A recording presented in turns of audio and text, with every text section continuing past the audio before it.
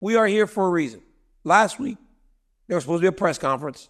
Then the press conference never happened. Everybody speculated for a week. We were all worried that the fight would be off between Conor McGregor and Michael Chandler. The only person that didn't seem to know was Michael Chandler.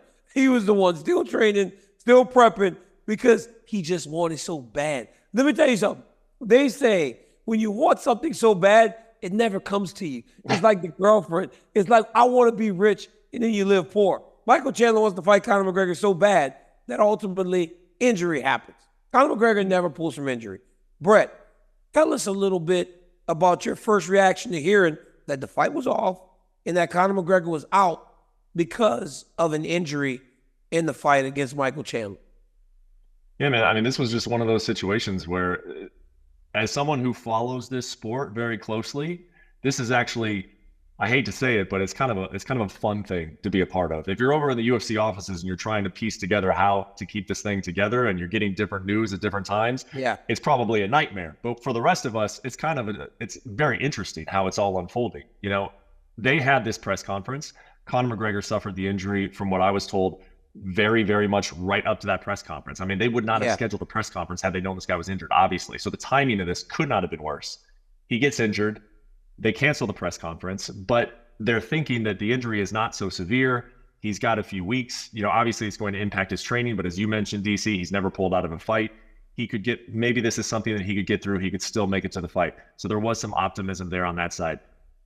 As time went on, that optimism started to shrink, and it was Conor McGregor is probably not going to be able, or is likely not to be able to do this. But because it's Conor McGregor, you want to give him all the time in the world. You don't want to cancel the fight. So you also got a $22 million gate to take care of. Of course. They want to keep that gate. They have an expo. They have all of these different sponsorships coming in. They have people flying in. So it's not just your average event. So there is a big desire to first keep Conor on the card if he can, and give him all the time that he can. And if he can't, then to keep some kind of event together. So it was basically just starting to form a backup plan. And how do you form a backup plan on this short of notice? You just start calling everybody, man. You start calling everybody. And there were people that were called that are not on this card. And there are people that are on this card that at first said, I don't think I can do it. I mean, Alex Pereira, I think we all know, had an injured toe when he fought the last time at UFC 300. He's still been healing from that. He was in Australia doing promotional work, doing sponsorship work. So there were a lot of conversations. There was a lot of effort to put this together, as there always is, man. I mean, I think about the times when Conor threw a dolly through a bus and Max Holloway was stopped from cutting weight in New York. I mean, these guys are used to doing things at the last minute. What made a difference here, DC, as you mentioned it, is just the amount of money involved. You know, it just changes everything when you're talking about a star as big as Conor McGregor. All the new fights that we know of, one of which involves Grandpa on his porch right there, came together yesterday. I believe yesterday, the day before the fights were all announced by Dana White. So that's sort of your timeline. I think the interesting part is that no news delivered by Dana White in terms of how long Conor will be out and whether or not he will still fight Michael Chandler. You know, when I did this multiple times, I was kind of going like, but then you would like start something else. If you weren't so good looking, nobody would want to hear you It's talk. a long story. A lot happened over the last 7 days. I get it. It was a long explanation, and you need to do it in that way. But trust me, at one point I'm thinking, if this guy wasn't good looking, I know it's hard for you to go that long without talking. It is difficult. So it was I went, oh, like my boy Brett Okamoto. Now, Anthony, you're one of us, right? And Brett, I'm just joking. But you're one of us, Anthony, where we're podcasting and we're talking about what's happening. When all this is happening, nobody knows nothing. But, Brett, and you can probably speak to this a little bit. How did everybody know something but not say nothing? This is one of the most rare times where, as you said, Conor McGregor's out, Anthony.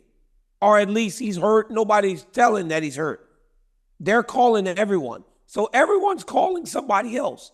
So we all have an idea that something is really bad, but it never came out. How did they keep this so quiet for, what was 11 days?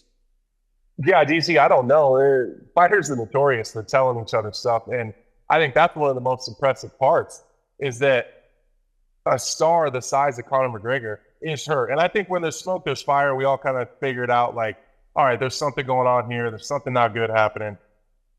We start hearing that they're reaching out to people. But even me, like, I feel like I kind of got a pulse on everything pretty tight. Like, it's not too often something happens, DC. We don't already know that it's going to happen. We know about fights before they're announced. We know when people are hurt. I couldn't get anything out of anybody. That's crazy. They kept it so tight-lipped, and that's when you know it's bad. Like, you can kind of read between the lines. You're like, okay, no one's talking, no one's telling me anything. Everyone's acting really weird. So that was kind of my indication. Like, okay, this is way worse than we're probably thinking it is.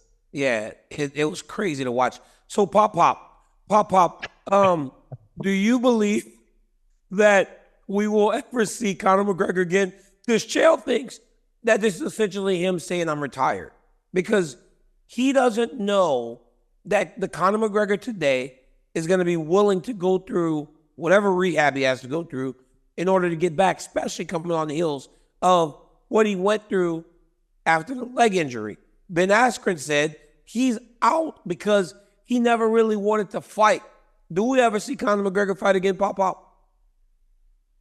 You know, this is probably an unpopular opinion right now, but I think we do, because I think he's going to catch so much crap for this. And I think that the media coverage, the fan outrage, the anger, the $22 million gate, there's going to be a lot of mad people right now. I'm not on Twitter anymore, but I can't imagine it's great. So I think that he's going to feel a sense of owing something to somebody. And I don't think Conor likes that feeling. He's going to have to come back, and he's going to have to give him one more.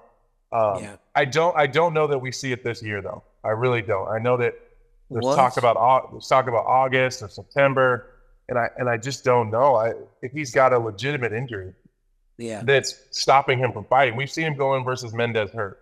We've seen him going versus Diaz hurt. Like, pretty hurt, not just a little bit banged up. He was pretty hurt. Yeah. So if it's worse than that, enough to pull out and not be worth taking the risk, we all know Conor's personality. He's a risk taker, and he really enjoys that. So if it was bad enough to keep him out, I don't know that we see him this summer. You know, he actually put a video out of talking about if you're not injured a little bit, you're not necessarily training for anything that really matters, right? And ultimately that was taken down, but it was just speaking to how nobody's healthy when they go into a fight. Now, the reason I'm hating Anthony is because, my God, you got a beautiful porch, man. That is a beautiful porch. Now, Brett, I will ask you this.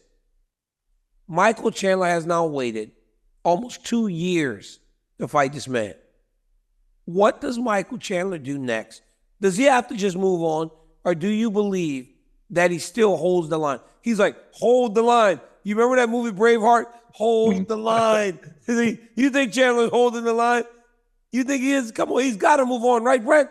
Yeah, well, I think Chandler's going to do what he has been doing this whole time, and he is going to take his lead from the UFC. He trusts his relationship with Dana, Hunter Campbell, all those guys who are telling him, like, okay, how long is Conor McGregor going to be out? Is this still the fight? He's going to take his lead from that. And if they're telling him, yeah, you know, he's only going to be out for a little bit, this is still the fight, I believe Michael Chandler has waited this long. He's going to continue to wait. And part of the problem, DC, is that who else is he going to fight? That's always been the issue. Is people are like, oh, he should move on. He should move on. What would he have moved on to over the last couple of years? A fight against Arman Tsarukyan? A fight against one of these up and comers, Gamrot, Tsarukyan. Why is Michael Chandler one of those fights at this point in his career? Stop. So let me ask you this though. Oh my God. See, this is it. This is what I'm talking about. And I feel like you're agreeing with him, Anthony. Here's the problem. Justin Gaethje wasn't too good to fight Fiziev. Charles Oliveira wasn't too good to fight Tsarukyan. And we have seen in this division a bit of a turnover where guys are taking chances to fight the young up-and-comers. DC. Is Michael Chandler too good? Is Michael Chandler too good? They didn't have a fight lined up with Conor McGregor, man. But, okay, so here's to answer your question, though. Here's to answer your question. Yes, I do think he should move on. It's going to have to come to a situation where it's like, what are you willing to move on to? The reason I think he should move on is to go back to your last question, yes, Anthony. I don't think Conor McGregor will fight again. I think he's kind of showed his cards. I get it. Injuries happen, so I'm not holding an injury against a fighter ever. But time can go by so fast in the Conor McGregor world. It's already been 3 years since he fought. He suffered a very serious injury. I agree with Anthony that if he does fight, he won't fight this year. And so then it's just like the clock is ticking. We know this guy enjoys life outside of the octagon. He doesn't live professionally, which is fine. That's his right. I'm not holding anything against him. I just don't see a world in which this guy, like, this was it. This was the one. This was the right opponent, and he still seemed disinterested. It never seemed like he Yeah. even really wanted to fight Michael Chandler, man. So it's just like all Right of a sudden, opponent. what? Now he's gonna. Yeah, I think it's very important to watch how Conor McGregor reacts to this setback